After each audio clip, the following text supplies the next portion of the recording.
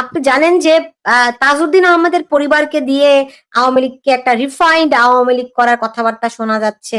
এ ধরনের ঘটনা যদি ঘটে কিংবা দেখা গেলে আপনারা কি ভূমিকা নেবেন? আওয়ামী লীগকে নিয়ে এই ধরনের নাটক অতীতে অনেকবার হয়েছে, তাতে আওয়ামী লীগের কোনো ক্ষতি নেই। আওয়ামী লীগ তার ঐতিহ্যবাহী, তার যে গৌরবের ইতিহাস, সেই গৌরবের ইতিহাস, মুক্তিযুদ্ধের চেতনাকে, স্বাধীনতার সুফলকে ধারণ করে আওয়ামী লীগ এক এবং অভিন্নই আছে। তাজউদ্দিন সাহেবের প্রসঙ্গ আনছেন। তাজউদ্দিন সাহেব জীবনের শেষ দিন পর্যন্ত আওয়ামী লীগ ছাড়েন। তিনি আওয়ামী লীগ করেই আওয়ামী লীগের নেতা হিসেবে জেলের অভ্যন্তরে অন্য আরো 3 জন, সৈয়দ নজরুল ইসলাম, তাজউদ্দিন, সৈয়দ নজরুল ইসলাম, মনসুর আলী শেখ, কামরুজ্জামান শেখ, তারা সব একসঙ্গে তাদেরকে খুন করা হয়েছে। তাজউদ্দিন সাহেবের ফ্যামিলি, সিমিন হোসেন মিমি আমাদের কেন্দ্রীয় নির্বাহী কমিটিতে আছে, প্রেসিডিয়ামের সদস্য। তো অন্য কেউ তো রাজনীতির ধারায় এটা তাদের কখনো দেখা যায়নি। তো এখন তারা তাদেরকে নিয়ে যদি কেউ খেলতে চায়, রাজনীতির এই খেলা, এই চতুর খেলা, যেটা ইউনূস সাহেবের হাতিয়ার, অন্যতম হাতিয়ার, এই খেলা খেলতে পারে, কিন্তু সফল, এটা আমার বিশ্বাস। এমনিতে আপনাদের কোনো মূল্যায়ন আছে কিনা? দেখুন, সোহেল তাজকে তো আমরা যতটুকু দেখেছি শেখ হাসিনা যথেষ্টই স্নেহ করতেন, ভালোবাসতেন, তাকে স্বরাষ্ট্র প্রতিমন্ত্রীর দায়িত্বও দিয়েছিলেন। আমরা যদি দেখি এরকম আওয়ামী লীগের অনেক আহ, অনেকেই দূরে সরে গেছে আওয়ামী লীগ থেকে। আমরা কাদের সিদ্দিকীর কথা দেখি, রাইট? মানে কেন এরকম ফজলুর রহমান, আপনি জানেন বিএনপি, বর্তমানে বিএনপি নেতা। তো এরকম অসংখ্য মানুষ, মানে অসংখ্য নেতা রয়েছেন যারা আওয়ামী লীগ থেকে দূরে চলে গেছে। এই কারণগুলো কি আপনারা আইডেন্টিফাই করেছেন কিনা? দলকে সুসংগঠিত করার ক্ষেত্রে অতীতের ভুল ভ্রান্তিগুলো বিবেচনা করে, আপনি জানেন, আপনি নিজেও বহুবার বলেছেন যে হাইব্রিডরা দলের ভিতরে ঢুকে গেছে, রাইট? তো সেই জায়গাগুলো আপনারা নতুন করে মূল্যায়ন করছেন কিনা? আমি তো বলেছি এসব মূল্যায়নের দিন, সময় এখন নয়, এবং এটা সময় যখন আসবে তখন আমরা এইসব চর্চা, মূল্যায়নের সুযোগ থাকবে।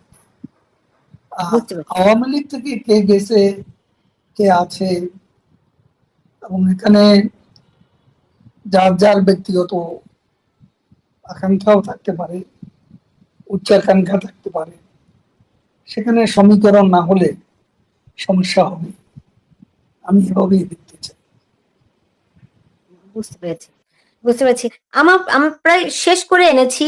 যারা বর্তমানে এই তরুণ নেতৃত্ব আছে বাংলাদেশে, যারা এই আন্দোলনে জড়িয়েছিল, কিংবা যে আপনি বলেছেন যে তারা আহ, বিভ্রান্ত হয়েছে, হোয়াট এভার, তো আপনারা যদি ফিরে আসেন, অনেকেই ভয় দেখায় যে আওয়ামী লীগ আসছে, আওয়ামী লীগ আসছে বলে একটা আতঙ্ক তৈরি হচ্ছে, যে অনেকেরই ধারণা আওয়ামী লীগ আসলে একটা ভয়াবহ ঘটনা ঘটবে। সো যদি আপনারা ফিরে আসেন, এদের ক্ষেত্রে আপনারা কি করবেন? আপনাদের সিদ্ধান্ত কি হবে, বা আহ, ভূমিকাটা আপনারা কি নেবেন?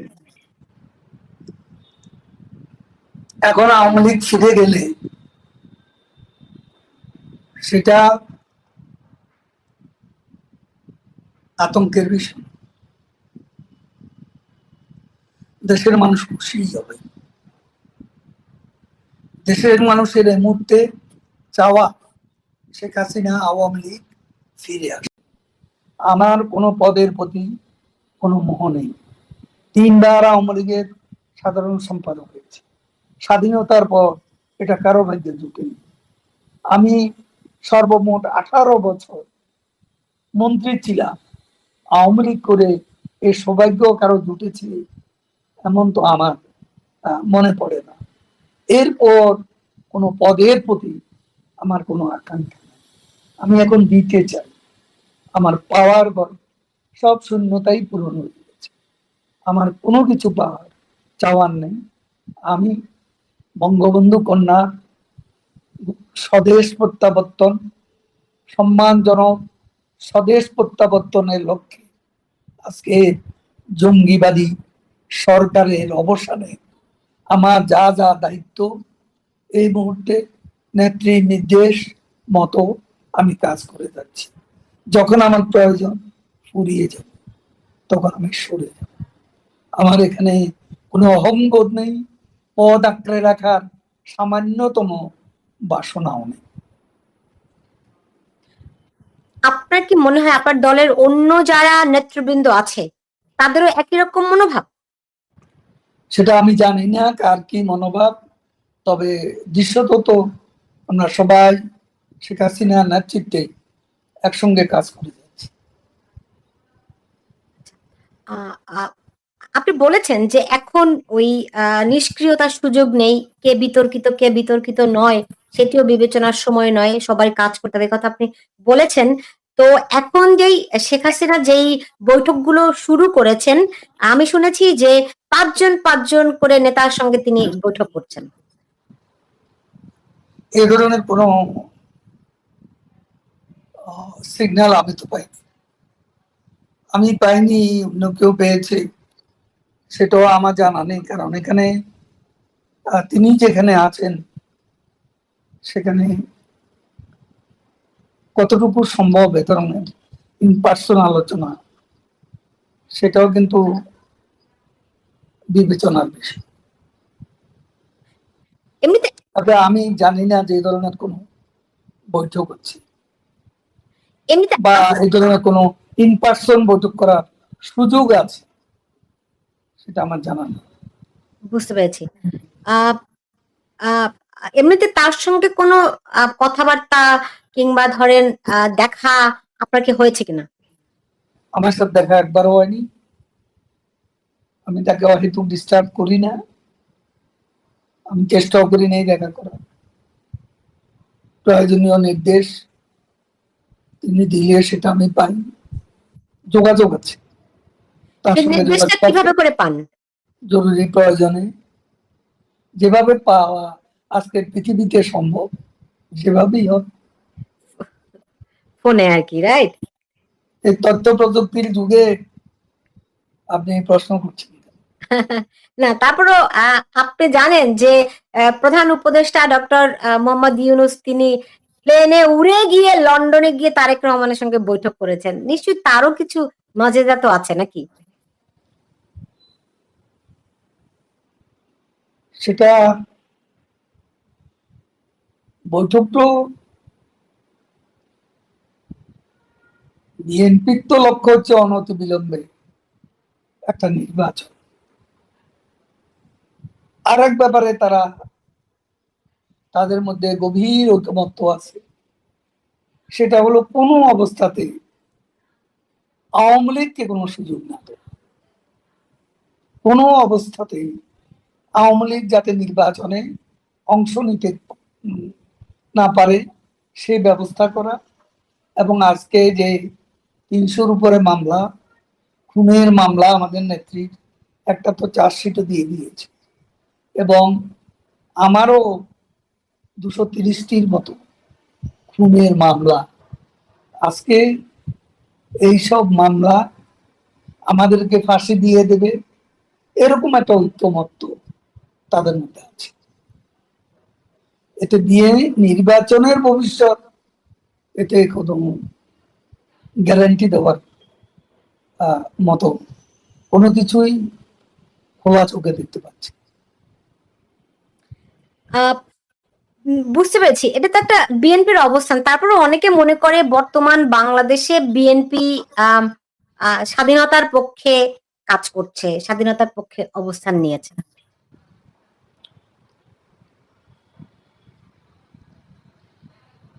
সেটা সেখানে একটা দ্বিচারিতা স্পষ্ট। স্বাধীনতা ৭১ নিয়ে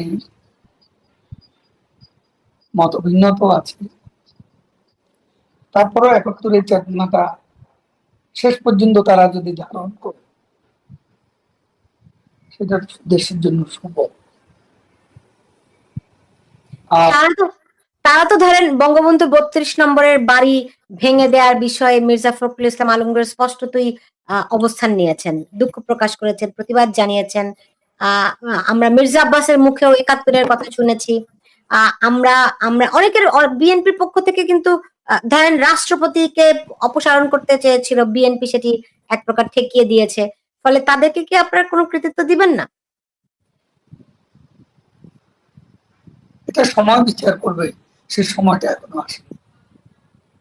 বুঝতে পেরেছি।